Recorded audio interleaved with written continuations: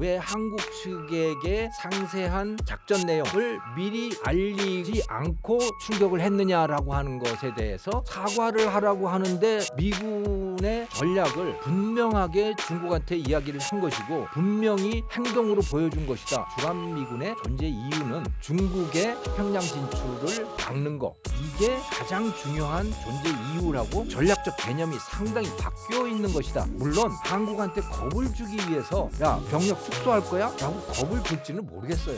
하지만 미군이 한반도에서 철수하는 일은 없다.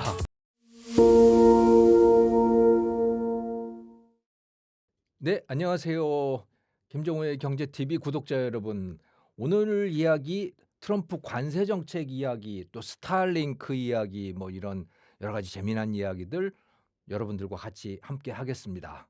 18일 주한미군 F-16이 서해 국제공역에 출격했고 중국 전투기도 맞대응했습니다. 이걸 대북 훈련이 아니라 대중 메시지로 봐야 할까요? 이건 뭐 누가 봐도 중국을 의식한 행동이고 그렇기 때문에 중국 전투기가 나와서 같이 대치하기도 하고 아주 그 위험한 군사 대치까지 벌어지고 하는 것은 뭐 누가 봐도 그거는 중국을 염두에 둔 미국의 군사 행동이었기 때문에 그렇다. 저는 이렇게 말할 수 있습니다. 네. 근데 이거는 미국은 이제 전략적 유연성이라는 단어로 이런 태도를 표현을 해요. 이게 무슨 말이냐면 그 원래 주한 미군의 존재 이유는 북한의 남침을 막기 위한 것이었습니다. 그리고 특히 1980년대 이후에 미국과 중국의 사이가 좋아지면서 미국은 중국을 적대 국가라고 생각하지 않았어요. 그러니까 이거는 거의 우방에 가까운 나라이기 때문에 뭐 동맹 국가는 아니지만 주한 미군이 중국을 견제할 이유는 없었던 거예요. 그러다가 중국이 이제 힘이 세지고 그러다가 보니까 이제 점점 더 미국에 대드는 행동, 미국에 도전하는 행동, 그런 행보를 하게 되었던 거죠. 그래서 이거 안 되겠네. 그래서 본격적으로 오바마 행정부 때부터 소위 피보트 에이시아라고 하는 그 아시아 중시 정책을 하게 됩니다. 그 이전에는 미국이 중시하는 세력은 바로 유럽이었어요.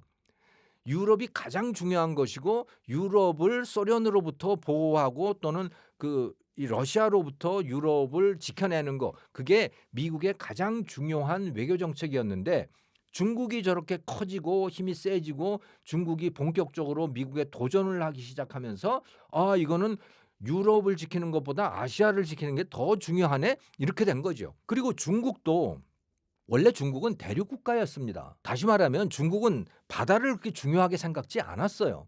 그리고 중국은 해군도 별로 그렇게 세지도 않았어요. 예.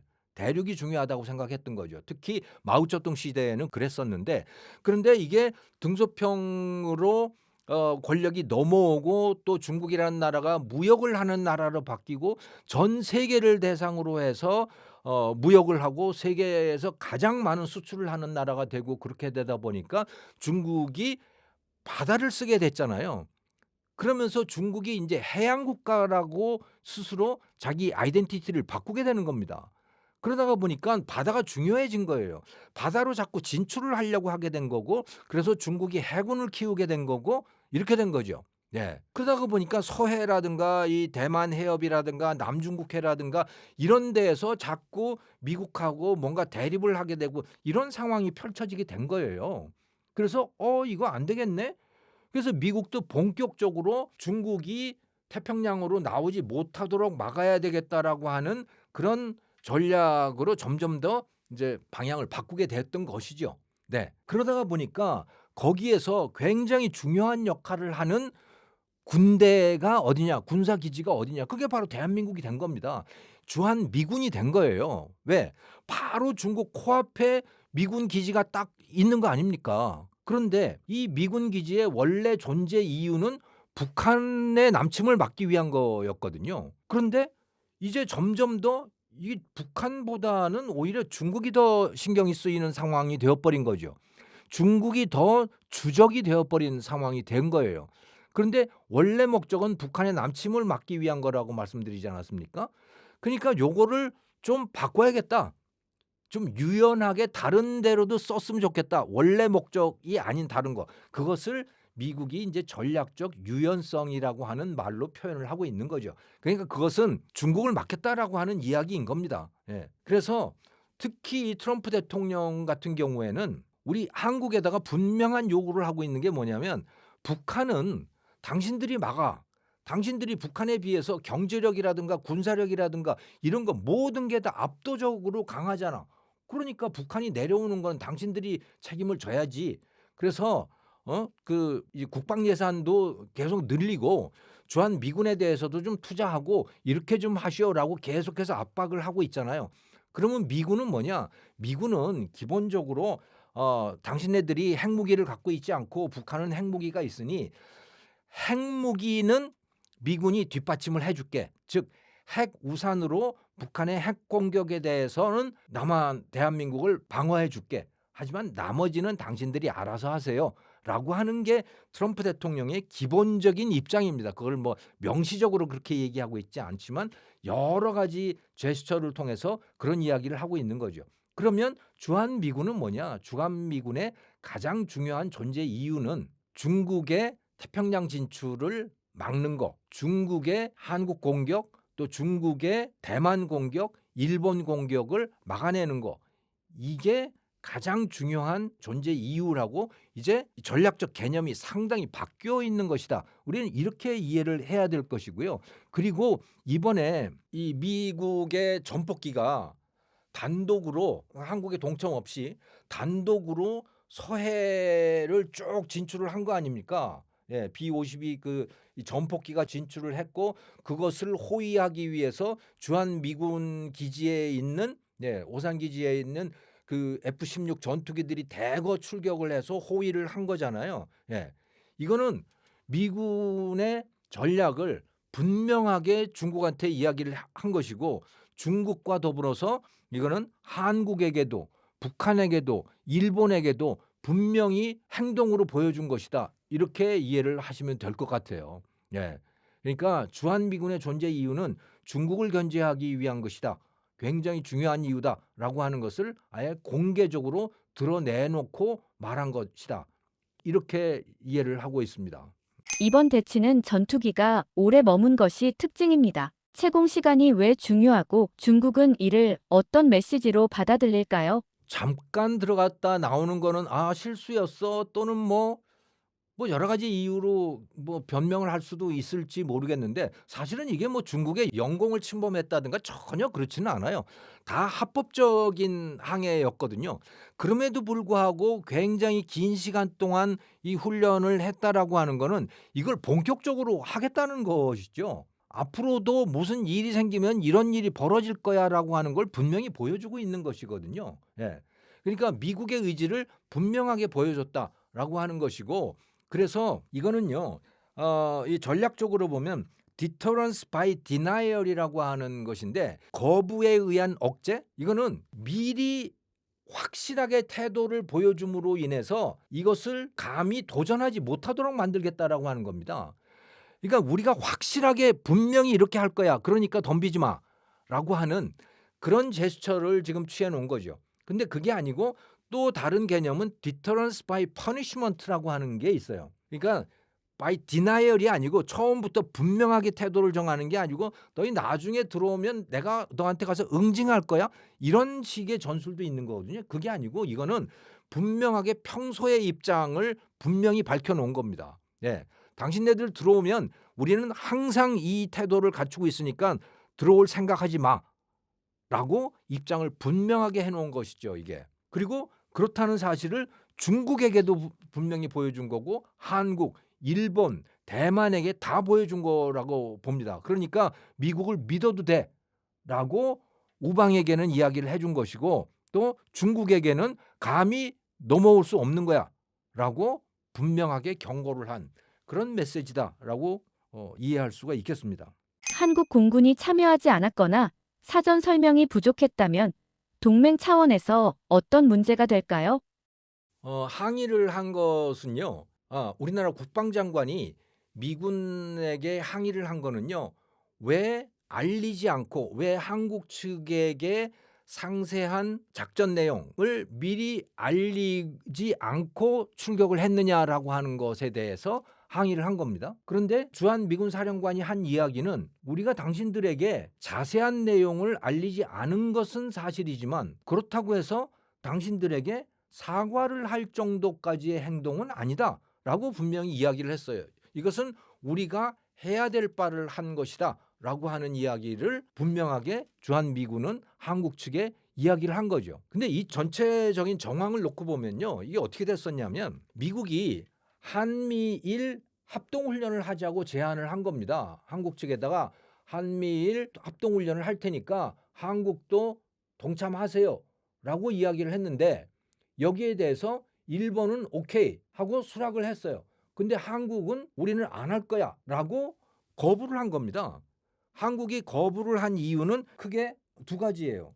첫 번째는 이게 설날 기간하고 겹쳐요 라고 하는 거죠.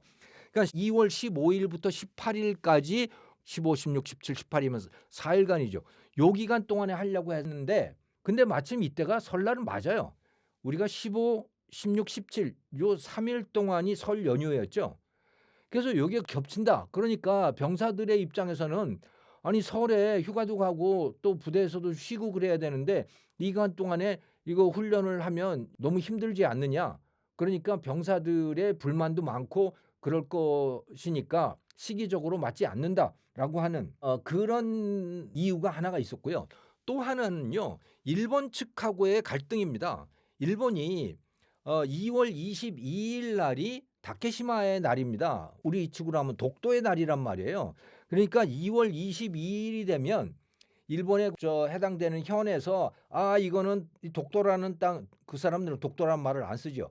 이 섬은 이거는 일본 섬이야. 다케시마는 일본 거야라고 늘 선언을 하잖아요. 그런데 이게 2월 18일에 훈련이 끝나면 말이지 그 전까지 한미일이라고 해서 세 나라가 동맹을 맺어가지고 서로 뭐 그야말로 혈연 관계에 있는 것처럼 이렇게 같이 어깨동무하고 군사훈련도 같이 합동훈련을 했는데 그 지나자마자 며칠 만에 이게 다케시마는 일본 거야라고 해놓으면 이거 우리 체면이 뭐냐, 정치적으로 이거 부담된다라고 해서 못하겠다고 한 거예요. 한국은. 그래서 불참을 한 겁니다. 근데 사실은 진짜 중요한 이야기는 말을 하지 않았죠. 그게 뭐냐면 중국과의 관계인 거예요. 여기서 한미일이 같이 공조를 해서 합동훈련을 하게 되면 중국이 뭐라 그러겠습니까?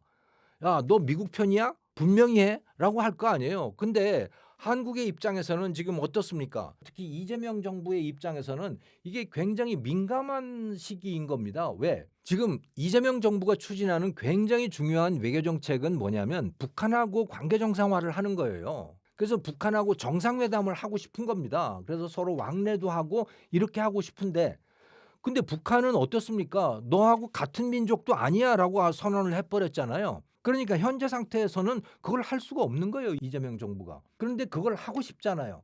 하려면 어떻게 해야겠습니까?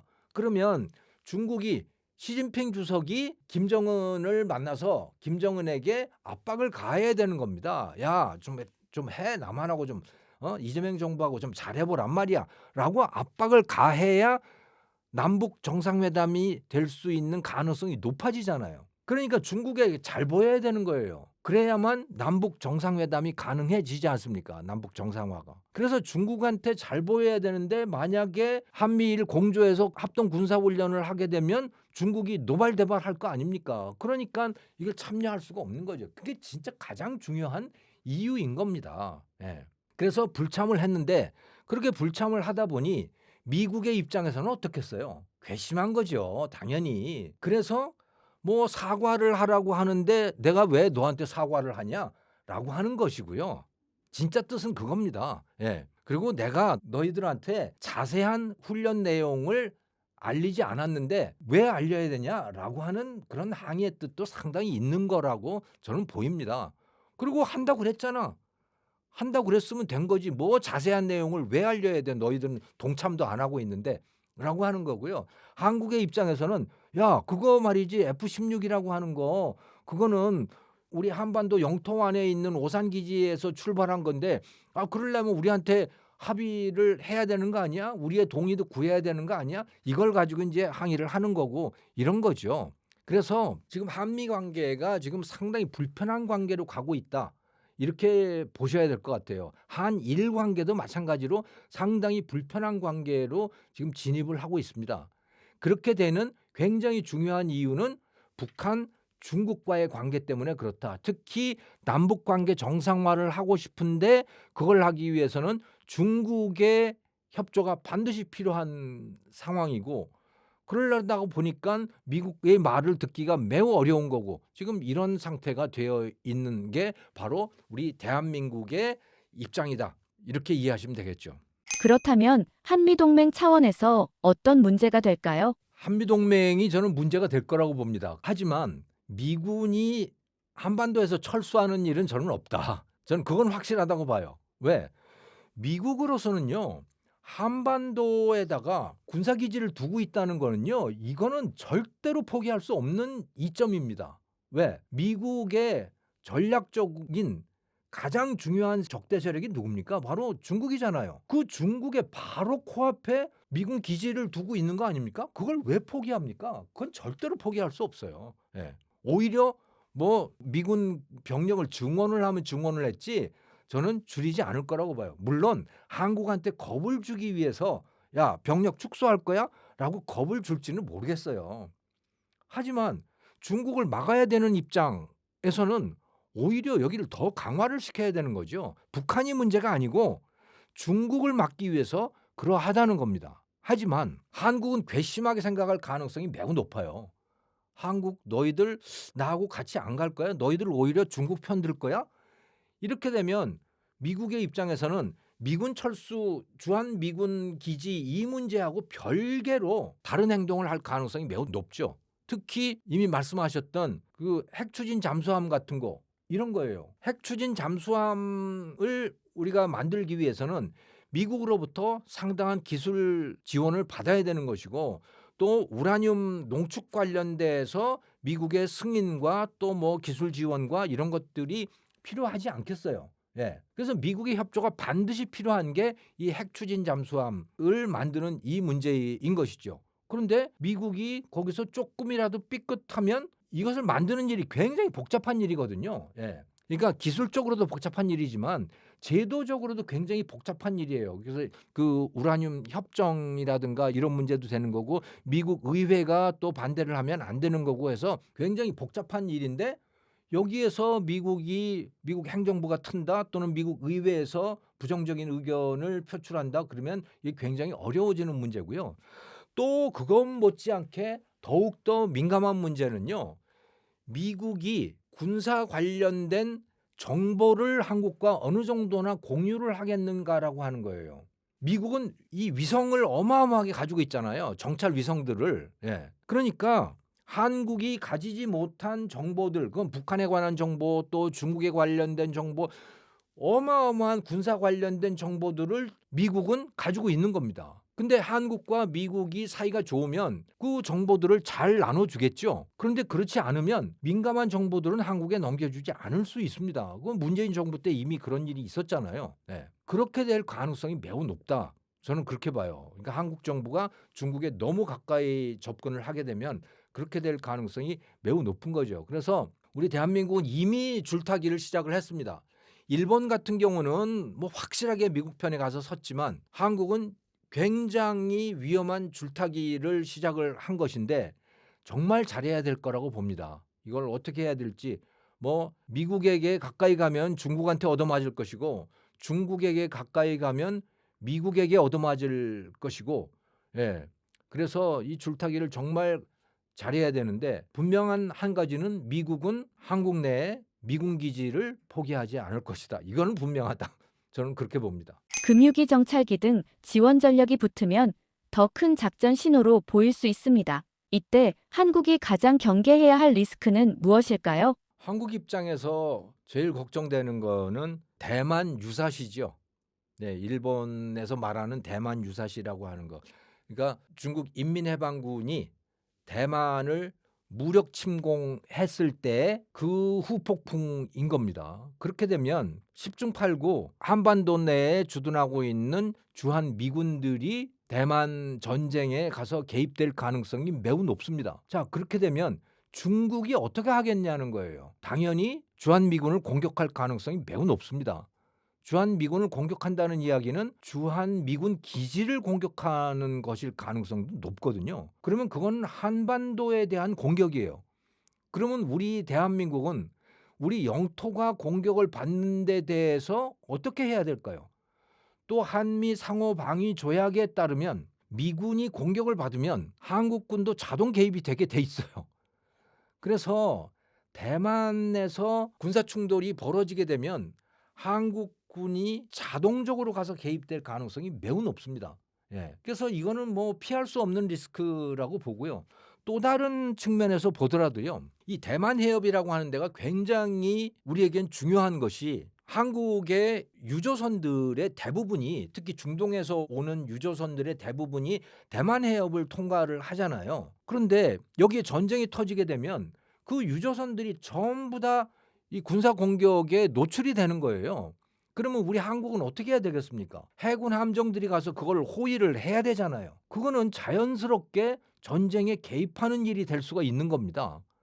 그래서 이래저래 한국군이 대만 전쟁에 개입될 가능성이 매우 높다라고 하는 거죠. 그래서 이거는 참 피할 수 없는 한국의 리스크? 지금 우리는 그거 외면하고 있어요. 모른 척하고 있는 겁니다. 그런데 모른 척한다고 해서 피해질 수 있는 문제가 아니라는 거죠. 이제는 그것을 분명하게 우리는 맞닥뜨릴 수밖에 없다. 최소한 공개적으로 말은 하지 않더라도 우리 머릿속에 특히 정부의 정책 또 우리나라 군의 전략, 전술 속에는 반드시 들어가서 대비를 하고 있어야 될 문제다라고 저는 생각을 해요. 이거 준비해 놓고 있지 않으면요. 막상 문제가 터졌을 때 우왕좌왕할 수가 있기 때문에 그러는 겁니다. 근데 피할 수 없는 문제다. 피할 수 없다면 즐기라고 했잖아요. 여기에 반드시 대비를 해야 된다. 저는 그렇게 생각을 합니다. IEPA 근거 상호관세 한국 15%가 대법원에서 위법 판단을 받았습니다. IEPA는 어떤 법이고 왜 관세 부과 근거가 될 수 없다고 본 건가요? 이 IEEPA라고 하는 거 International Emergency Economic Powers Act입니다. 국제 비상경제 권한법 이렇게 번역을 하시면 되죠. 그러니까 미국이라는 나라가 비상사태에 처하면 그것을 극복하기 위해서 대통령한테 이런 권한을 허용한다라고 하는 취지의 법입니다. 그 법 안에 보면 금융거래를 제재를 한다든가 또 이것과 관련된 미국의 안전을 위협하는 사람의 자산을 동결한다든가 뭐 이런 내용들이 들어가 있어요. 그런데 여기에 관세라는 내용은 들어가 있질 않습니다. 근데 이렇게 확장해서 생각을 해보면 관세를 써도 되는 거 아니야라고 해석할 여지는 있는 거죠. 트럼프 대통령은 이걸 가지고 최대한으로 확장을 해서 관세를 펼쳤던 겁니다. 그래서 펜타닐 관세라고 하는 거를 매겼잖아요. 그 멕시코, 중국 이런 나라들은 야 너희들이 말이야 미국으로 이 펜타닐 밀수를 많이 하기 때문에 미국인들이 그 마약 중독자들이 많아졌잖아. 그러니까 너희들 혼내주겠어. 이거는 국가 비상사태야. 그러면서 국가 비상사태를 선언을 한 거예요. 그리고 그 비상한 조치로 멕시코와 중국 같은 이런 펜타닐의 거래를 중개하는 나라 또 펜타닐을 생산해서 미국으로 반입하는 나라 이런 나라들에 대해서는 25%의 고율 관세를 부과를 한 거죠. 그리고 또 하나의 비상조치는 또 뭐였냐면 미국이라는 나라가 무역 적자가 굉장히 많잖아요.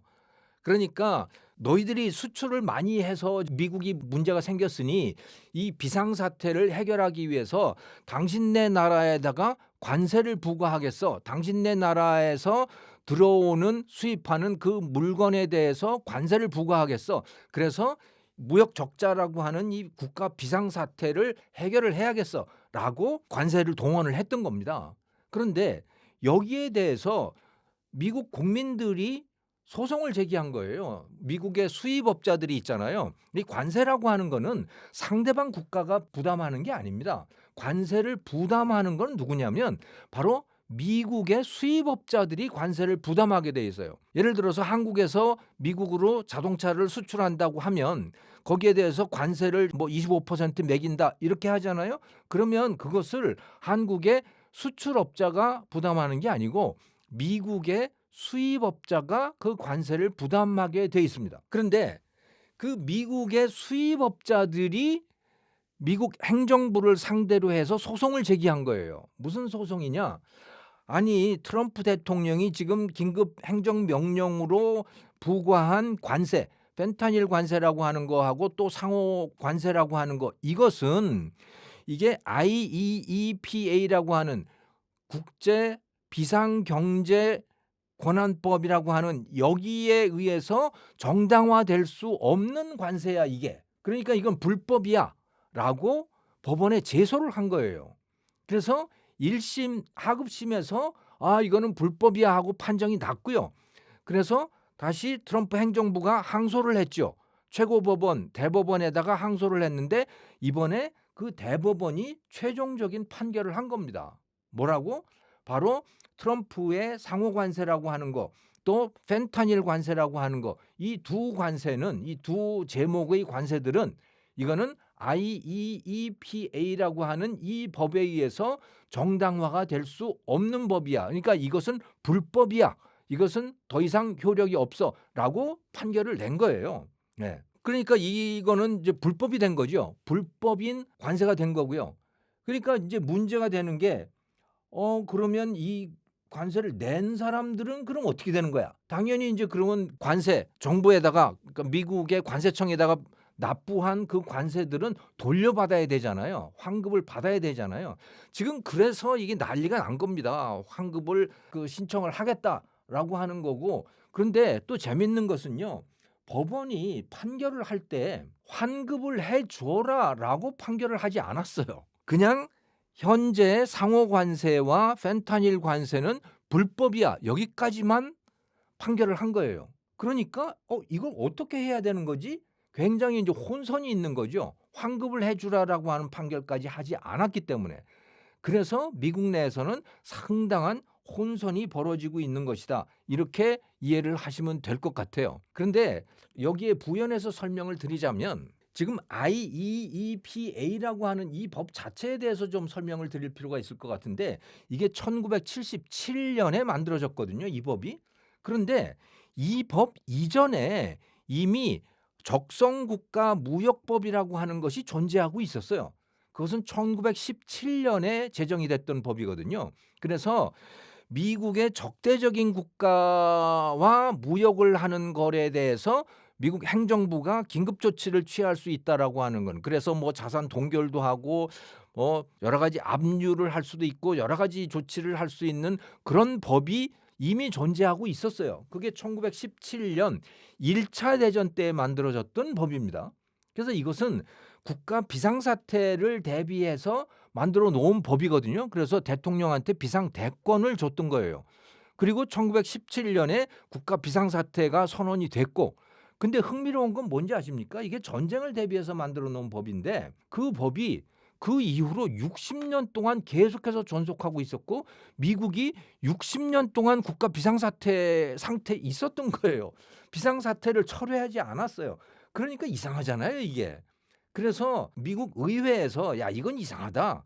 그래서 그 법을 폐지를 했고요. 그 대신에 자, 더 이상 이제 그렇게 함부로 국가 비상사태 선언을 하면 안 되는 거야. 하지만 그래도 국가 비상사태가 존재할 수 있으니 그거에 대비되는 또 대통령의 권한을 상당히 축소시킨 법, 그걸 만들어야겠다. 그래서 1977년에 새 법을 만든 거예요. IEEPA라고 하는 법은 그래서 만들어진 거죠. 그러니까 그 이전에 비해서 대통령의 비상대권, 그것이 굉장히 축소된 법을 만들어 놓은 거예요. 그런데 트럼프 대통령은 그걸 어떻게 한 거냐? 그것을 한껏 부풀려 놓은 거예요. 그래서 이게 도대체 이 법에서 허용하는 비상대권이 맞는 거야? 여기에 굉장히 의문이 생길 정도의 그런 권한을 행사를 한 겁니다. 트럼프 대통령이. 그래서 미국의 수입업자들이 대통령을 상대로 해서 야 이거는 불법이야라고 소송을 제기한 거고 법원에서 그래 이거는 불법이 맞아. 그러니까 이 펜타닐 관세 또는 IEAPA에 의한 이 상호 관세라고 하는 거 이거 불법이야라고 선언을 한 거죠. 네. 그래서 지금 이런 상태가 일어났다라고 이해를 하시면 될 것 같습니다. 트럼프의 다음 관세 카드는 무엇이고 중간 선거 전 어디서 반발이 가장 클까요? 사실 법원 명령대로 그 법원 판결대로 하면요. 한국에 대해서 부과한 상호 관세 15%라는 거 없어져야 돼요. 지금 당장 없어져야 됩니다. 그거는 뭐 일본에 대해서도 마찬가지고 모든 나라에 대해서 다 그냥 관세가 없어져야 되는 그런 상황이거든요.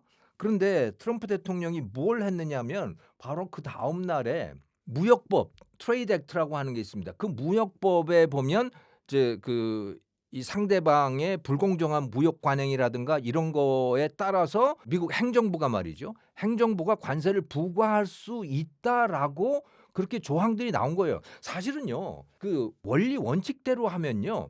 관세를 부과하려면 미국 대통령이 아니고 미국 의회가 관련된 조항을 만들어야 되는 거예요. 그게 제대로 된 법이잖아요. 제대로 된 세금이라면 국회의원들이 법을 통과시켜야 되는 겁니다. 또 관세 세율도 국회의원들이 결정을 해서 통과를 시켜야 되는 거예요. 그런데 지금 국회의원들이 움직이는 게 아니고 트럼프 대통령 혼자서 지금 이러고 있는 거거든요. 네. 그런데 참 역설적이게도 국회의원들이 만들어 놓은 그 무역과 관련된 또 관세와 관련된 여러 가지 그 법률 조항들에 보면 대통령이 가지고 뭔가를 독자적으로 할 수 있는 조항들이 꽤 있어요. 그래서 이번에 법원 판단이 나온 그 다음 날 바로 트럼프 대통령이 뭐를 했냐면 무역법 제122조라고 하는 것에 근거해서 관세 10%를 매겼어요. 예. 그래서 모든 나라에 대해서 관세 10%를 부과한다. 라고 그렇게 이야기를 한 거예요. 우리나라로 따지면 어떻게 됐냐면 우리나라는 지난번에 트럼프 대통령과의 그 협상을 통해서 원래는 상호 관세가 25%였는데 그거를 우리가 미국에다가 3,500억 달러를 투자할게라고 약속을 했더니 그거를 15%로 낮춰줬잖아요.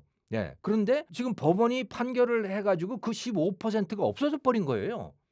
그런데 트럼프 대통령이 뭘 했냐면 그 다음 날 바로 그러면 10%를 매길 거야. 근데 그 근거는 뭐냐? 이거는 무역법 제122조야. 라고 했어요. 그러니까 15%가 없어졌다가 다시 10%가 생겨난 거예요.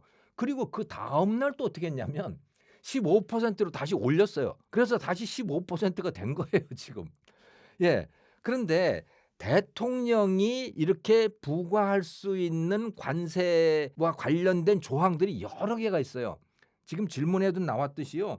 무역법 122조 또 무역법 슈퍼 301조라고 하는 거 232조라고 하는 거 또 있는 게요. 1930년에 대공황 때 미국이 만들어 놓은 이 관세와 관련된 법이 있습니다. 그게 스무트 홀리법이라고 하는 건데 이것을 가지고 뭐 그 관세율을 굉장히 높였거든요. 그래서 외국에서 미국으로 물건이 못 들어오게 다 차단을 시켜 버렸어요. 대공황을 극복한다고 이렇게 하는 거거든요. 그 법이 아직도 살아 있어요. 그 법 338조에 따르면 관세를 50%까지 높일 수 있게 그렇게 돼 있습니다. 이것도 동원할 수 있는 거예요. 예. 그러니까 여러 가지 수단들이 있습니다. 근데 다만 이런 걸 하려면 행정부에서 그 다른 나라가 불공정 무역을 하고 있느냐 뭐 아니면 뭐 국가 안보에 문제가 되고 있느냐라고 하는 것을 조사를 해서 조사 보고서를 작성을 해야 되고 그걸 가지고 더 이제 발표도 해야 되고 하는 이런 복잡한 절차들이 있어요. 그러니까 지금까지 그 일방적인 명령에 의해서 했던 펜타닐 관세라든가 상호 관세라든가 이런 것처럼 간단하게 그냥 긴급 명령을 통해서 할 수 있는 게 아니고 복잡한 절차가 필요하긴 하지만 방법은 여러 가지가 있다. 그래서 관세가 없어진다? 그걸 기대하기는 저는 정말 어렵다고 봐요. 그러니까 어차피 관세는 이 트럼프 행정부 내에서는 관세는 분명히 간다. 그런데 이 판결 이전에처럼 뭐 우리나라는 15%고 일본은 몇 퍼센트고 뭐 하는 그대로 가는 게 아니고 그 세율은 조금 바뀔 수 있다. 하지만 여전히 관세는 유효할 것이다. 이렇게 이해를 하셔야 될 것 같습니다. 이번 대법원 판결이 트럼프의 정치적 입지나 중간선거 전략에 어떤 영향을 줄 수 있을까요? 11월 3일 날 미국의 중간 선거가 있거든요. 이 중간 선거는 모든 정치인들에게 굉장히 중요합니다. 뭐 트럼프 대통령이 대표적인 정치인이고 왜 중요하냐? 여기서 선출되는 사람이 누구냐면 하원 의원 전원이 선출이 됩니다. 이 선거에서 11월 3일 날 선거에서 그리고 상원 의원의 3분의 1이 선출이 되고요. 주지사의 대부분이 이날 선거로 선출이 되거든요. 그러니까요. 여기에서 만약에 공화당이 표를 잃고 민주당 의원들이 대거 선출이 된다. 또 민주당 출신 정치인들이 주지사로 대거 선출이 된다 그러면 트럼프 대통령은 상당 부분 힘을 잃게 돼요. 그러니까 중간 선거는 매우 중요한 거죠. 그런데 말이죠. 지금 여기에서 굉장히 중요한 이슈들이 뭐냐면 이 중간 선거에서 미국 유권자들의 관심사가 중요할 거 아니에요? 미국 유권자들의 관심사, 굉장히 중요한 관심사가 뭐냐? 아니, 왜 이렇게 살기가 힘들어지는 거야? 왜 이렇게 자꾸 물가가 올라가? 왜 이렇게 전기 요금은 자꾸 올라가는 거야? 이게 굉장히 큰 관심사들인 거예요. 네. 그러면 왜 전기 요금이 올라가고 왜 물가가 다 올라가느냐? 가만히 보니까 이거는 뭐 이 AI라고 하는 거 이런 것에 대한 투자 때문에 전기 소모량이 많아져서 내 전기 요금이 올라가네? 이런 것들을 이제 사람들이 이해하기 시작했고요. 또 한편으로는 아니 미국인들이 외국에서 수입을 해서 굉장히 많은 생활 필수품들을 수입에다 쓰고 있는데 그런데 아니 트럼프라고 하는 사람이 나와 가지고 거기에다가 관세를 저렇게 때려 버리니까 그 관세 때문에 물가가 올라가는 거 아니야. 결국 그리고 그 물가 그 관세 부담은 결국 우리가 다 높은 물가를 부담하는 거 아니야. 그러니 야 이거 관세라고 하는 게 좋은 게 아니네. 그래서 여론조사를 해보면요. 한 60% 정도 평균 한 60%가 관세에 대해서 반대를 하고 있어요. 미국인들이. 그러니까 이거를 그대로 밀고 나간다면 트럼프나 공화당 입장에서는 중간 선거에서 상당히 불리한 결과를 감수해야 되는 그런 상황이 될 수도 있는 겁니다.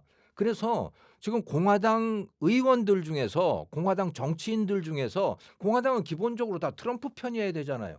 그런데 상당수가 이 관세에 반대하는 쪽으로 입장을 정한 사람들이 많아요. 왜냐?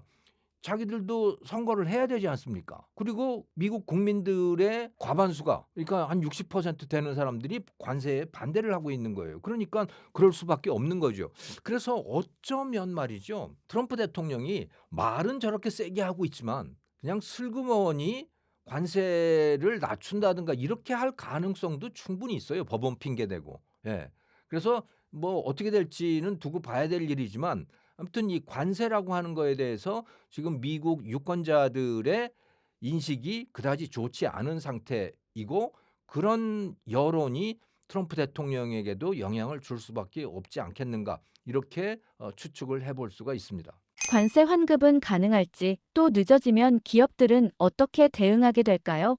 이게 환급이 참 골치 아픈 문제입니다. 왜냐하면 법원이 행정부에게 이미 납부한 관세를 환급해 주라라고 명령하지 않았어요. 그냥 이거는 불법이다라고 판결을 했을 뿐입니다. 그러면 환급을 받으려면 어떻게 해야 되느냐? 그 각각의 관세를 납부했던 사람들이 개별적으로 다 소송을 해야 돼요. 예. 그러니까 이게 보통 일이 아닌 거죠. 소송을 해야 된다?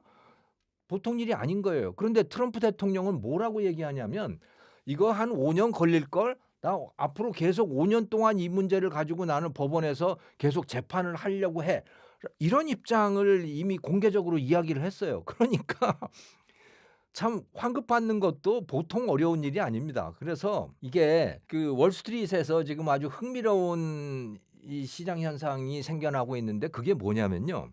최근에 그 월스트리트 저널에 그런 기사가 났더라고요. 관세 납부액이 있지 않습니까? 예를 들어서 뭐 어떤 수입업자가 1달러를 납부를 했어요. 그러면 소송을 해서 이 사람이 이길 것 같아요. 근데 시간도 걸리고 뭐 반드시 이긴다는 보장은 없잖아요. 그런데 이게 시장이 형성이 된 거예요. 어떻게? 이 청구권, 관세 환급 청구권을 사들이는 투자자들이 생겨난 겁니다. 자, 당신 대신에 내가 그걸 사서 그걸 가지고 환급 청구를 할 테니까 그 권리를 나한테 팔어라고 하는 이 거래들이 지금 형성이 된 거예요. 그러면 그게 값이 얼마인지 아십니까? 1달러의 청구권이 지금 40센트 정도의 값으로 서로 거래가 되고 있답니다. 그러면 무슨 얘기예요? 이게 40센트 정도라고 하면요. 그러면 승소 확률이 한 반반 정도 된다는 거 아니겠어요? 거기에 뭐 비용 같은 거 빼고 뭐 이렇게 하면 1달러짜리면 한 40센트 정도는 이익이 될 수 있는 것 같네. 이렇게 해서 그 거래가 이루어지고 있는 거 아닙니까? 그러니까 한 반반 정도 될 것 같다라고 지금 당사자들도 그렇고 거기에 투자자들도 그렇게 예상을 하고 있는 거죠. 예. 그래서 이게 정말 뭐 복잡한 일이 될 거다. 이렇게 예상을 해볼 수가 있는 거고요. 그리고 더욱더 문제가 되는 건 뭔지 아십니까? 여기에 진짜 최종적인 이 관세 부담자는 누굽니까? 수입업자들이 아니에요. 수입업자들은요, 관세를 납부한 사람이죠. 그렇게 관세를 납부를 했다고 생각해 보십시오. 수입 원가에다가 관세가 예를 들어 20%라면 20%를 냈을 거 아니에요? 그러면 그 사람은 최종 소비자들에게 어떻게 팔았겠어요? 그 20%를 얹어서 팔았을 거 아닙니까? 그러면 최종적으로 그걸 부담한 사람은 누구예요? 최종 소비자들입니다. 근데 소비자들은 공식적으로 관세를 납부한 사람이 아니죠. 공식적으로 납부한 사람은 수입업자가 납부한 거예요. 그런데 실질적으로 관세를 부담한 사람은 누굽니까? 소비자죠. 근데 관세 환급은 누구에게 이루어져요? 수입업자에게 관세 환급이 이루어지죠. 그러니까 결국 관세를 부담한 사람은 소비자들인데 소비자들은 그 혜택을 누릴 수 없어요. 이런 관계가 만들어져 있는 겁니다. 그러니까 사실은 소비자들은 화가 나는 거죠. 그리고 그 사람들이 바로 유권자들인 것이고요. 그래서 참 이 정치 지형이 묘하게 돌아가고 있다. 이렇게 생각을 해보시면 될 것 같고요. 그리고 앞으로 관세 지형이 어떻게 될 거냐, 또 이걸 가지고 사업 계획을 짜려고 하는 분들은 어떻게 해야 될 거냐, 굉장한 불확실성이 있습니다. 그런데 받아들이셔야 될 거는요, 관세 없어지지 않는다. 정권이 민주당 정권으로 가면 뭐 없어질 가능성이 있습니다. 하지만 그게 아니고 현재 트럼프 정권 하에서는 절대로 관세가 없어지지 않는다. 다만 그 관세의 명목이 달라질 것이고 그것이 근거하고 있는 법률 조항이 달라질 것이고 약간의 세율의 차이가 생겨날 것이고 그렇게 될 거예요. 하지만 관세가 없어질 가능성은 매우 희박하다. 이렇게 보셔야 될 것 같아요. 그냥 관세라고 하는 것은 상수로 받아들여야 될 것 같습니다. 네. 다만 이제 다음 선거에서 민주당 정권이 된다면 뭐 약간 달라질 확률이 그걸 기대할 수 있겠지만 현재 정권에서는 기대하기 어렵다. 또 다음 정권이 공화당이 된다면 그거 역시 기대하기 힘들다. 이렇게 이해를 하시면 될 것 같아요. 그래서 관세는 상수다. 이렇게 받아들이셔야 될 것 같습니다. 관세 구조가 바뀌면 승자 패자가 갈릴 텐데 공급망은 어떻게 재편될까요? 여기에서 말이죠. 이번에 제일 큰 이득을 받은 나라들은 고율 관세를 얻어맞은 나라들이에요. 대표적인 나라가 중국, 인도 이런 나라들입니다. 예. 우리나라하고 비교를 해보면요. 우리나라는 원래 25%를 부과받았다가 미국에다가 3,500억 달러 투자할게라고 약속을 했더니 그게 15%로 낮아졌잖아요. 일본은 5,500억 달러 투자할게 했더니 일본도 마찬가지로 그렇게 낮아졌잖아요. 그런데 이번에 어떻게 됐습니까? 다시 15%가 된 거예요. 네. 그러니까 법원에서 이거 불법이야라고 판결을 해서 0%가 됐지 않습니까? 그런데 그 다음 날 트럼프 대통령이 다른 조항에 의해서 10% 부과할 거야라고 했다가 그 다음 날 15%로 다시 올렸어요. 그러니까 우리나라든 일본이든 다 그냥 15%로 그대로 있지요. 네. 자, 그런데 중국은 어떻게 됐습니까? 중국은 뭐 지금 그 펜타닐 관세 그게 25%가 있고 또 나머지는 뭐 140% 부과한다 그랬다가 지금 1년 유예되고 뭐 이렇게 뭐 야단 법석이 나고 있습니다만은 자, 중국은 어떻게 됐느냐? 15%가 된 거예요. 원래는 어땠습니까? 펜타닐 관세 25%가 있었어요. 그런데 그 펜타닐 관세가 법원 판결로 0이 됐잖아요. 없어져 버렸잖아요. 그리고 그 다음 날 해서 15%가 모든 나라에 대해서 부과가 됐잖아요. 그러니까 중국은요. 결과적으로 25% 관세가 15%로 낮아진 거예요. 인도는요. 50% 관세였잖아요. 그게 15%로 낮아진 거예요. 그럼 브라질도 마찬가지예요. 네. 이게 무슨 말씀을 드리냐면 미국에다가 트럼프 대통령하고 이 협상을 통해서 미국에다가 투자할게라고 약속을 해서 관세를 낮춘 나라들이 있지 않습니까? 그게 우리나라, 일본, 중동의 UAE 뭐 이런 나라들이에요. 그리고 영국은 10%까지 낮춰놨고요. 그런데 이런 나라들은 이득이 없거나 오히려 영국 같은 나라는 10% 관세였다가 15%로 올라가 버린 거예요, 지금. 네. 그러니까 이 나라들은 별로 지금 득이 없거나 오히려 손해를 봤고요. 트럼프하고 협상해서 뭔가를 잘해보려고 했던 나라들은. 그게 아니고 트럼프에 맞섰거나 협상을 하기 전이었거나 그래서 고율의 관세를 부과받던 나라들은 오히려 이익을 얻은 그런 상황이 되어버린 거죠. 그러면 어떻게 됐느냐? 자, 우리는 상대적으로 이익을 보는 그런 상황이었잖아요. 중국이나 인도나 이런 데는 상당한 불이익을 당할 상황이었는데 오히려 상대적으로 이익이 된 거고 우리는 이익을 얻을 상황이었는데 저쪽에서 이익을 받으니까 오히려 우리는 불리해진 그런 결과가 우리에겐 닥친 거고요. 이렇게 된 거예요. 아주 묘한 상황이 되어버린 거죠. 근데 또 재미난 데가 있습니다. 그게 소위 그 영어로 하면 커넥터 컨트리스라고 하는 데들이 생겨났어요. 트럼프가 이 중국에다가 엄청난 관세를 부과하겠다고 그랬잖아요. 근데 이게 이제 1년 유예가 됐습니다마는 그래도 1년이 지나고 나면 또 관세를 가지고 이럴 테니까 이제 많은 기업들, 중국 기업들도 마찬가지입니다마는 중국의 많은 기업들이 중국에 있으면 이거 미국에다 수출하기 굉장히 어렵겠네. 그러니까 중국을 떠나야겠어라고 해서 중국을 떠난 기업들이 많아요. 중국 기업들도 그렇고 중국에 투자했던 외국 기업들도 그렇고 중국을 떠나서 중국을 대체할 만한 다른 나라들로 간 그런 나라들이 많거든요. 그걸 커넥터 컨트리스라고 하는 거예요. 그래서 중국이 아닌 다른 나라로 가서 거기에서 중국 물건을 만들어서 미국에 수출해야지 이런 계획이었던 거죠. 그게 대표적인 나라가 베트남, 또 폴란드, 또 멕시코 뭐 이런 나라들입니다. 이 커넥터 컨트리스라고 하는데 이런 데는 또 생각해 보면 중국이 저렇게 유리해져 버리니까 이 커넥터 컨트리스들은 오히려 불리해져 버린 거예요. 왜? 중국에서 그냥 수출해도 되는 거네? 굳이 저렇게 베트남 가서 뭐 우회 수출을 할 필요가 없잖아. 또 이런 계산이 되는 거 아닙니까? 그래서 이 계산이 굉장히 복잡해진 거예요. 그래서 결론적으로 말씀을 드리면 이 법원 판결 이전에 트럼프하고 협상을 해서 협상 결과가 좋아서 미국에다가 투자를 하겠다라고 선언을 했고 그것 때문에 관세 인하의 혜택을 받았던 나라들은 불리해진 겁니다, 지금. 그리고 커넥터 컨트리스라고 하는 나라들도 불리해진 거고요.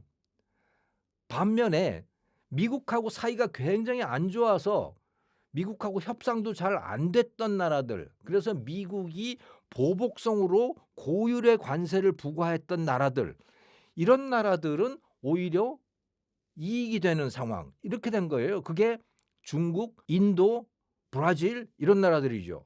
상당히 미국하고 이렇게 맞섰던 그런 나라들, 이건 오히려 상대적으로 좋아진 뭐 그런 상황이 되어버렸어요. 그래서 참 이 묘한 상황이 펼쳐지고 있다. 그런데 그렇다고 해서 우리가 트럼프 대통령한테 약속했던 3,500억 달러 그 미국에 투자하기로 한 거 나 그거 안 할래 이럴 수 있을까요? 그러면요 더 엄청난 보복이 들어올 거예요. 왜냐하면 동원할 수 있는 수단이 굉장히 많기 때문에 그런 것이죠. 그래서 참 속이 쓰리긴 하지만 약속했던 그 투자는 계속 할 수밖에 없고요. 그건 다른 나라도 다 마찬가지일 거예요. 일본이 미국에다 5,500억 달러 투자하겠다는데 그거 줄일 수 있겠습니까? 못 줄여요. 네. 참 그래서 묘한 상황이 펼쳐지고 있다. 이렇게 말할 수 있을 것 같습니다. 스타링크 같은 적에도 위성망이 현대전에 주는 핵심 능력과 약점은 무엇인가요? 전쟁이 재밌어졌어요. 예전에요. 우리 전쟁 영화 보면 병사들이 무전기 다 들고 다니잖아요. 그래서 뭐 삑 해가지고 뭐 어쩌고 뭐 로저 뭐 어쩌고 저쩌고 하는 이런 걸 했잖아요. 그 무전기를 들고 다녔던 겁니다. 근데 지금은 어떻게 됐냐? 스마트폰 들고 다녀요. 또 패드, 태블릿 이런 거 들고 다닙니다. 왜? 다 인터넷으로 연결이 되기 때문이에요. 그 인터넷은 그러면 기지국이 있어야 되잖아요. 우리 지금 쓰고 있는 인터넷들은 웬만하면 다 기지국을 통해서 되잖아요. 그런데 사실은 전장이라고 하는 거는 전쟁은 사람이 살지 않는 데서 하지 않습니까? 그럼 거기 기지국이 있을 리 없잖아요. 그럼에도 불구하고 인터넷이 다 됩니다. 어떻게? 저궤도 위성을 통해서 그런 거예요. 그 저궤도 위성을 가장 많이 배치해 놓은 기업이 바로 이 스페이스X, 일론 머스크의 스타링크라고 하는 기업인 겁니다. 예. 여기에서 이 지구 궤도에다가 1만 개에 달하는 어마어마한 위성들을 배치를 해놨어요. 그러니까 촘촘하게 이 인터넷을 쓸 수 있게 된 겁니다. 예. 그러니 실시간으로 전황이 다 지휘부에 보고가 되는 거고 실시간으로 그 정보를 다 가지고 그걸 영상 정보로 또 가지고 있잖아요. 영상을 가지고 판단을 해서 명령을 내리는 거고 그렇게 해서 이 작전이 굉장히 정교하게 이루어질 수 있다. 이게 바로 이 저궤도 위성이 본격화되면서 벌어지고 있는 전쟁 상황인 겁니다. 또 다른 중요한 상황은 뭐냐면 바로 이 드론인 것이죠. 드론이라고 하는 건 뭐 여러분 다 잘 아시지 않습니까? 요즘 드론 제일 많이 쓰는 게 이 촬영하기 위해서 드론을 제일 많이 쓰잖아요. 그런데 요즘엔 이 드론이 다 이 위성 인터넷하고 다 연결이 돼 있잖아요. 그래서 이 드론을 가지고 적진 깊숙이 수백 킬로까지 들어가게 되는 거예요. 인터넷으로 다 통제가 되는 겁니다. 수백 킬로까지 들어가서 적진에 적의 예를 들어 우크라이나 같으면 러시아에서 지금 어떤 일이 벌어지고 있는지를 다 실시간으로 영상으로 다 확인을 하지 않습니까? 그렇게 하고 거기다가 폭탄을 실어 가지고 가서 어디 가서 폭격을 하는 겁니다. 예. 폭탄을 떨어뜨리는 거예요. 또는 자기가 자폭하는 거죠. 그걸 카미카제 드론이라고 하잖아요. 그러니까 작전 범위가 어마어마하게 넓어진 거고요. 예전 같으면 그냥 GPS로 미리 지도에 찍어 가지고서는 거기서 대포를 쏘고 뭐 이런 방식이에요. 미사일을 쏘고 뭐 이런 방식입니다. 근데 그게 아니고 이게 위성 인터넷이 되다가 보니까 드론을 통해서 여기에서 영상을 보면서 드론이 여기 이 점에 이 드론이 가고 있구나. 그러니까 어디에 가서 떨어뜨려야지라고 해서 실시간으로 현 상황을 놓고 보면서 자동차를 폭발을 시킨다든가 그 밑에 있는 자동차를 탱크를 폭발을 시킨다든가 함정을 폭발을 시킨다든가 뭐 이런 일들이 가능해진 겁니다. 그러니까 전쟁이 굉장히 정교해진 거예요. 예전 같았으면 대포를 가지고 쏜다고 생각을 해보십시오. 대포라고 하는 게 그 목표물에 반경 100m 아무리 정교해도 뭐 50m 이렇게 돼 있어요. 그러니까 대충 때리는 거죠. 말하자면. 그런데 이제는요. 바로 그냥 플러스 마이너스 2, 3m 이 정도로 정확히 가격을 할 수 있는 그런 상황이 되는 거예요. 그것도 매우 작은 비용으로. 드론이라고 하는 게 굉장히 저비용으로 만들어지고 있는 상황이기 때문에 이렇게 된 겁니다. 이게 바로 위성 인터넷이 생겼기 때문에 지금 가능해진 일이다. 이렇게 보시면 되는 거고요. 이게 전장 상황도 그렇지만 일반 국민들의 입장에서도 또 그런 겁니다. 이게 대통령의 입장에서 보더라도 정치를 해야 되잖아요. 전쟁에서 정치가 얼마나 중요합니까? 자, 우리가 이렇게 싸우고 있습니다라고 하는 거를 국민에게 실시간으로 알려주는 거예요. 그냥 영상으로. 그게 가능해졌잖아요. 위성 인터넷이라고 하는 것 때문에 드론들이 다 가면서 그것을 촬영을 하고 이렇게 되기 때문에 그러니까 우크라이나 같은 나라에서는요. 지금 대통령이 국민들에게 지금 우리 전장 상황이 이렇습니다. 그러니까 여러분 우리를 응원해 주십시오. 그리고 막연하게 공포에 떨지 마십시오. 라고 실제 영상을 보여주면서 얘기를 할 수가 있는 거예요. 실시간 영상을 보여주면서. 그러니까 국민이 설득이 되는 거예요. 사실 생각을 해보면요. 러시아 같이 거대한 나라를 상대로 해서 우크라이나라고 하는 그렇게 크지 않은 나라가 군대도 많지 않은 나라가 어떻게 싸울 수 있어요? 그러면 국민들의 여론이 어떻겠습니까? 그만합시다. 이제 그냥 항복하고 말죠. 이렇게 될 가능성이 매우 높아요. 그런데 지금 우크라이나 국민 여론이 어떠냐면 6, 70%가 지금 이 상태로 항복해서는 안 된다라고 하는 거예요. 항전을 계속 해야 된다라고 하는 여론이 형성이 되어 있는 거거든요. 이유가 뭐냐? 바로 전장을 보고 있기 때문에 그런 겁니다. 우리 군인들이 이렇게 싸우고 있다라고 하는 걸 그들이 보고 있는 거예요. 예. 이게 이제 다 이 위성 인터넷 덕분에 가능한 일이다. 이렇게 봐야 되는 거죠. 그런데 굉장한 문제도 있습니다, 이게. 뭐냐? 이제 숨을 데가 없어졌어요. 전쟁이 일단 터지고 나면요. 민간인들도 어디 가서 숨을 데가 없는 거예요. 땅 파고 들어가지 않는 한은 어디에 마음 놓고 돌아다닐 데가 없는 거죠. 예. 그래서 이제 육상, 지상군이 어디 가서 활동하기가 매우 어려운 상황이 된 거예요. 땅 밖으로 나와서 돌아다니면 잘못하면 죽습니다. 왜? 다 보이니까. 예. 그런 거죠. 그러니까 전쟁이라고 하는 게 참 묘한 상황이 되어버렸고요. 그리고 또 하나 문제가 되는 거는요. 이 위성 인터넷이라고 하는 건 민간 기업이 지금 제공을 하고 있잖아요. 특히 스페이스X, 일론 머스크가 다 컨트롤을 하고 있잖아요. 그러면 이게 무슨 얘기입니까? 전장 상황, 각 나라의 작전 상황이라든가 무기 상황이라든가 병력 상황이 전부 일론 머스크 손에 다 들어가 있다는 뜻이기도 한 겁니다. 이게 지금. 네. 이게 참 묘한 전쟁이 되어 있는 거예요. 예. 근데 이거는 뭐 이 스페이스X도 그렇지만 이제 영국이나 프랑스 기업들도 있는 거고 또 중국도 위성 인터넷에다가 지금 많은 투자를 하고 있거든요. 그 중국 위성들이 많아지면 또 중국이 또 수많은 정보들을 갖게 될 것이고 이런 문제들도 생겨나고 있다. 예. 이게 지금 전쟁의 새로운 모습이다. 이렇게 이해할 수 있을 것 같습니다. 적외도, 중궤도, 정지궤도는 각각 어떤 역할을 하고 적외도 혼잡은 어떤 문제를 낳고 있나요? 네, 지금 말씀하신 대로 저궤도, 그러니까 지구가 이렇게 동그랗게 있으면 제일 가까운 게 저궤도, 더 높이 올라간 게 중궤도, 제일 높은 거 지구에서 36,000km 더 넘어 있는 거는 이제 정지궤도라고 합니다. 그건 그냥 가만히 그 자리에 있는 거라고 보시면 되는 건데, 예, 저궤도는요 지상에서 한 200km에서 2,000km까지 그 수준이에요. 중궤도는 2,000km에서 36,000km까지, 정지궤도는 36,000을 넘어가는 거 이렇게 되는 거거든요. 자, 그런데 여기 보시면 이 저궤도라고 하는 것은 지구에서 제일 가까운 데 있잖아요. 이 저궤도는 여기다가 위성을 띄워놓게 되면요, 지구를 돌아가는 이 뭐라 그러나요? 이 원? 이게 작잖아요. 그러니까 빨리 돌아올 수 있죠.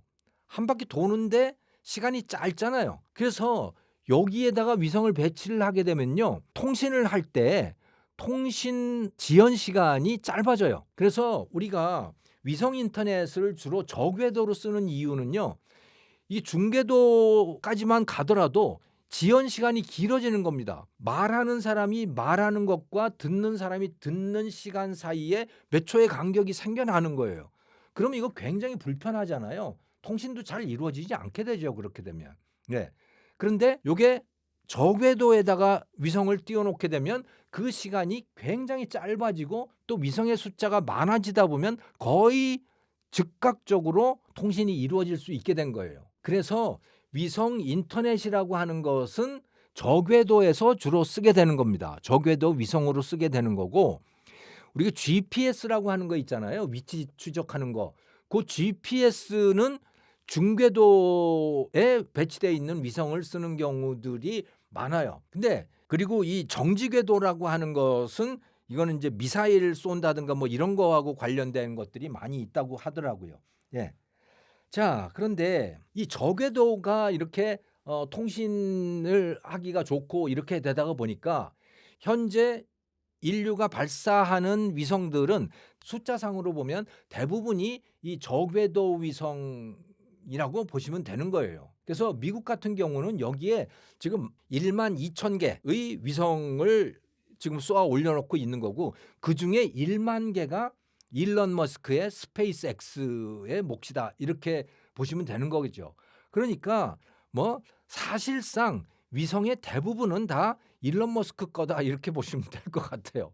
그 정도로 뭐 압도적으로 이 위성 생태계를 일론 머스크가 좌지우지하고 있다, 이렇게 보시면 될 것 같은데, 자, 그런데요, 이렇게 위성이 많아지다가 보니까 이제 문제가 생기는 겁니다. 왜? 이 저궤도라고 하는 거는 그만큼 공간이 좁잖아요. 이 궤도가 높아지면 높아질수록 공간이 넓어지는 겁니다. 예. 위성이 그것을 한 바퀴 도는데 시간도 많이 걸리지만 아무튼 그 공간도 넓어져요. 그러니까 웬만큼 위성들이 있어도 그렇게 혼잡 문제가 생기지 않는데 저궤도 같은 경우는 가뜩이나 공간도 좁은데 거기에 위성 인터넷을 하기 위해서 위성을 많이 쐈잖아요. 그러니까 여기 혼잡 문제가 생기는 겁니다. 혼잡 문제라고 하는 건 크게 두 가지가 있는데 첫 번째는 쓰레기예요. 위성을 쓰다 보면 이제 폐기하는 것들이 생길 거 아닙니까? 위성도 이제 그게 늙으면 낡아지면 이걸 버릴 수밖에 없고 그래서 더 이상 쓰지 못하는 상태가 되는데 이거를 어떻게 처리를 해야 되잖아요. 처리하지 않고 그대로 두는 위성들이 생겨나는 겁니다. 그 쓰레기예요. 네. 이게 그러면 다른 사람들이 이제 위성을 거기다가 올리려고 했을 때 가서 충돌을 한다든가 이런 문제들이 생길 거 아닙니까? 또는 전파 간섭이 생긴다든가 이런 문제들이 생기잖아요. 그게 우주 쓰레기 문제가 이제 본격적으로 생겨나기 시작한 거고요.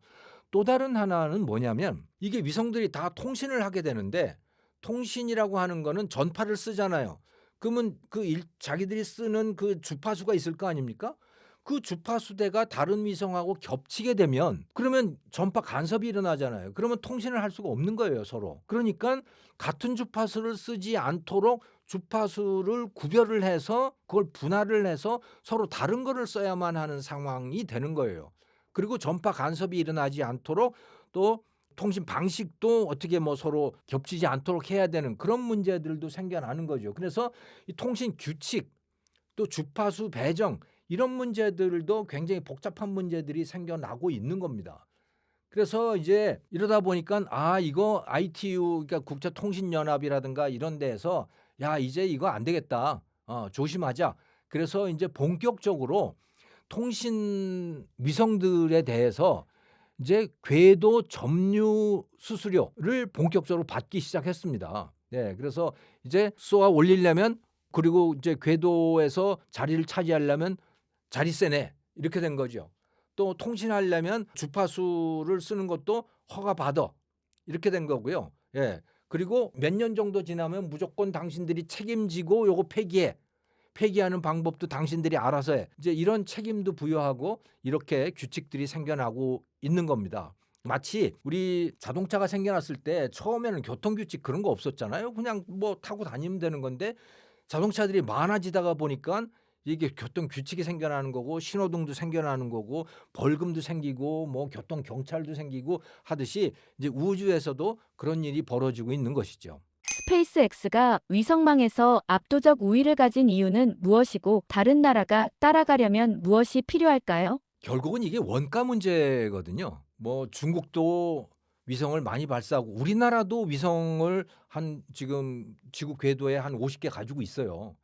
일본이 한 200개 가지고 있고 우리나라 50개, 중국이 1000개, 러시아가 1200개 뭐 그 정도고 미국이 이제 12,000개를 이제 가지고 있고 이렇게 되는데 미국이 그렇게 많이 쏘아 올릴 수 있었던 거는 이 일론 머스크의 스페이스 X가 아주 기발한 착상을 했고 그것을 성공시켰기 때문이에요. 그거는 뭐냐? 재사용 로켓입니다. 이 일론 머스크가 그걸 하기 이전까지는 모든 나라들에서 이 로켓이라고 하는 거, 그러니까 로켓이 뭡니까? 위에다가 이제 그 발사체를 보면 이 로켓 위에 제일 꼭대기에다가 위성을 붙이잖아요. 그리고 밑에는 불을 뿜고 쫙 올라가는 게 있잖아요. 그걸 발사체라고 하죠. 로켓이라고 하는 거. 그게 불을 뿜고 쫙 올라가면 어느 정도 가다가 버리고 하잖아요. 그리고 마지막에 궤도에 그 불을 뿜지 않는 위성만 가서 올라가게 되지 않습니까? 나머지는 다 버렸던 거예요. 가다가 그냥 이 대기권 안으로 다 버리고 이제 이렇게 되면 그것도 다 밑으로 내려오면서 불타가지고 뭐 파편이 뭐 지구 표면에 떨어지기도 하고 이렇게 됐었잖아요. 그런데 일론 머스크가 했던 건 뭐냐면 버리지 않은 겁니다. 야, 저걸 왜 버려? 그냥 쏘았다가 다시 돌아오면 되잖아. 그러면 그 다음에 쏠 때 또 갖고 올라가면 될 거 아니야. 그러니까 마치 이런 거예요. 우리가 제트기를 보면 우리 비행기 탈 때 거기에 다 제트 엔진들이 붙어 있잖아요. 근데 그거 한번 쓰고 버리지 않지 않습니까? 계속 쓰잖아요. 그러니까 일론 머스크는 그렇게 한 거예요. 야, 왜 버려야 돼? 저거 우리 비행기 탈 때 다 그대로 쓰고 있듯이 그냥 그거 그대로 쓰면 되잖아. 그렇게 만들면 될 거 아니야. 그래서 그걸 만들기 시작한 겁니다. 그런데 그게 그렇게 말처럼 쉬우면 되겠어요? 다 그렇게 하지. 근데 못한 거예요. 왜? 제트 엔진 그 비행기의 그런 엔진처럼 하게 되면 우주 밖을 벗어나기가 너무 어려운 거예요. 추진력 자체가 그렇게 되지를 않기 때문에. 근데 그렇게 하려면 엄청난 고온을 견뎌야 되는 거죠. 고온과 압력과 이걸 견뎌야 되는데 그것을 누구도 하지 못했던 겁니다. 그런데 일론 머스크는 그런 산업을 스스로 만들어낸 거예요. 그걸 아무도 할 수 없는데 그거를 자기가 그런 서플라이 체인을 만들어낸 겁니다. 근데 그게 쉬웠겠어요? 수많은 실패를 거쳤죠. 그럼에도 불구하고 그 수많은 실패를 거치면서 그 실패가 다 데이터가 된 겁니다. 아, 이렇게 하니까 어디가 깨지는구나. 아, 요번에는 이렇게 했더니 어디가 깨지는구나. 그래서 그거 고치고 계속해서 개선을 한 겁니다. 그래서 결국은 재사용이 가능한 30번씩 쓸 수 있는 그런 로켓을 만들어낸 거예요. 그러니까 다른 나라들은 한 번 쓰면 그냥 다 폐기가 되는 것인데 그건 자동적으로 폐기가 되는 거예요. 왜? 버릴 수밖에 없으니까. 근데 스페이스X는 그걸 계속해서 한 번 쏘고 다시 돌아오는 거예요. 돌아올 때는 어떻게 돌아옵니까? 처음에는 거기다가 낙하산을 붙여서 회수를 했는데 지금은 어떻게 하느냐? 그게 아니고 돌아왔을 때요. 거꾸로 해서 역추진을 해요. 역추진을 해서 불을 쫙 뿜어내잖아요. 그러면서 다시 쓰더라고요. 엄청난 재사용 로켓을 만드는 데 성공을 한 거죠. 그리고 그 서플라이 체인이요. 다 스페이스 X 안에 다 있어요. 예, 다른 데는 없고 스페이스 X 안에서 다 자급자족하는 시스템을 만들어 놓은 겁니다. 놀라운 일이죠. 네, 그걸 했기 때문이에요. 그런데 최근에 들어서 그러니까 올해 2026년에 지금 새로 하려고 하는 게 그게 스타쉽이라고 하는 재사용 로켓이거든요. 이건 거대한 크기의 이제 재사용 로켓을 지금 제작을 하고 있는 거예요. 그래서 올해 그것을 이제 진수를 한다고 하는데 여기에는요. 한 번 출정을 하면 한 번 하게 되면 여기에 실을 수 있는 게 100톤이래요. 적재 용량이 100톤이라고 해요. 그러니까 여기에다가 이 위성을요. 수백 개를 실을 수가 있대요. 예전에는 어떻게 했냐면 로켓 하나 쏘면 거기에 위성 하나 쏘아 올린 겁니다. 그런데 이 스타쉽이라고 하는 거대한 재사용 로켓 올해 본격적으로 진수한다고 하는 여기에는 수백 개의 위성을 동시에 싣고 올라갈 수 있다고 해요. 그러면요, 이건 뭐 그야말로 혁명이 일어날 겁니다. 그러면 위성을 쏘아 올리는 비용이 뭐 그야말로 뭐라 그럴까요? 자동차 뭐 하듯이 뭐 그런 정도의 비용? 정말 엄청나게 싼 값으로 올려놓을 수가 있는 거고 그러면 이 완전히 생태계 자체가 굉장히 달라질 수가 있습니다. 산업 생태계가 이 정도가 되게 되면요. 우주에다가 산업을 만들 가능성도 있어요. 예를 들어서 지금 데이터 센터들이 있잖아요. 데이터 센터가 지금 전기를 엄청나게 잡아먹지 않습니까? 그것 때문에 전기 요금도 올라가고 그러잖아요. 인공지능용 그 데이터 센터. 그거를 우주에다가 만들어 놓을 수 있습니다. 우주에다가 데이터 센터 위에다가 만들어 놓고 거기 태양 발전소를 태양 전지판을 그냥 거기다가 만들어 놓는 거예요. 아니 그러면 그냥 24시간 해를 받을 수도 있잖아요. 태양과 같이 이렇게 자전을 하면 되는 거니까. 그러니까 혁명적인 어떤 산업들이 등장할 가능성도 있는 거죠. 그럴 정도로 이 위성을 발사하는 비용이 낮아지는 그런 상황으로 진입하고 있다. 이렇게 이해를 하시면 될 것 같습니다. 예, 놀라운 일이 지금 벌어지고 있는 것이죠. 중국의 20만 개 위성 계획은 왜 비현실적으로 보이고 왜 이런 숫자를 내세우는 걸까요? 제가 이미 말씀을 드렸잖아요. 지금 그 위성들이 많아지고 서로 혼잡해지다 보니까 그 주파수를 각자 쓰는 주파수를 배정해야 되고 그 이미 다른 누군가가 차지하게 되면 그러면 그건 못 쓰고 그 통신 방식도 그걸 피해서 다르게 해야 되고 하는 뭐 여러 가지 그 복잡한 일들이 있다고 했잖아요. 네. 그리고 이건 위성의 숫자가 많아지면 많아질수록 그렇게 하는 겁니다. 그 복잡해지는 거고 비용이 높아져요. 그런데 그거를 이미 존재하고 있는 위성뿐만이 아니고요. 미리 신청을 받아서 앞으로 몇 년 안에 올라올 것까지 예상을 해서 그런 계획을 짜게 돼 있는 거예요. 자, 그런데 중국이 ITU, 그러니까 국제통신연합이라고 하는 데다가 우리 앞으로 몇 년 안에 20만 3천 개를 발사하겠습니다 하고 신청을 한 거예요. 근데 이게 얼마나 비현실적인 이야기냐면 지금 미국이 제일 위성이 많거든요. 12,000개가 있어요. 중국이 지금 1,000개가 조금 넘어요. 러시아가 1,200개인가 그렇게 돼요. 그 저궤도 위성들 다 합쳐봐야 2만 개가 넘지 않아요. 그런데 중국이 20만 개를 쏘겠다고 했어요. 20만 3천 개를. 말이 안 되는 거죠. 이건 기본적으로. 그러면 왜 그렇게 했을까? 근데 이거는 규제로 어떻게 됐든 신청을 하면 ITU는 그걸 받아줄 수밖에 없는 상황인 거예요. 자, 그러면 다른 나라들의 입장에서, 다른 위성 발사 사업자들의 입장에서 보면 이게 무슨 말입니까? 자기들이 새로 위성을 쏘아 올릴 때 중국이 신청한 20만 3천 개의 자리는 빼고 뭘 해야 되잖아요. 그 자리는 잡을 수가 없는 거예요. 그리고 그들이 쓰는 주파수는 쓸 수가 없게 되는 거고, 그들을 피해서 뭔가를 해야 되는 상황이 되는 겁니다. 현재 2만 개도 안 되는데 20만 개라고 하는 거를 전제로 해서 뭔가를 해야 되면, 특히 스페이스X라든가 다른 뭐 이 영국이라든가 프랑스의 그 원웹이라고 하는 또 위성 사업자들이 있거든요. 또 아마존도 이 위성 사업을 지금 본격적으로 하고 있어요. 이런 사업자들의 입장에서 보면 정말 골치가 아픈 거죠. 비용이 엄청나게 높아지는 겁니다. 중국 때문에. 근데 중국은 사실은 아무것도 안 하면서 그냥 등록만 해놓음으로 인해서 미국이라든가 영국이라든가 프랑스의 위성 사업자들의 비용을 기하급수적으로 높일 수 있는 그런 전략인 거예요, 이게.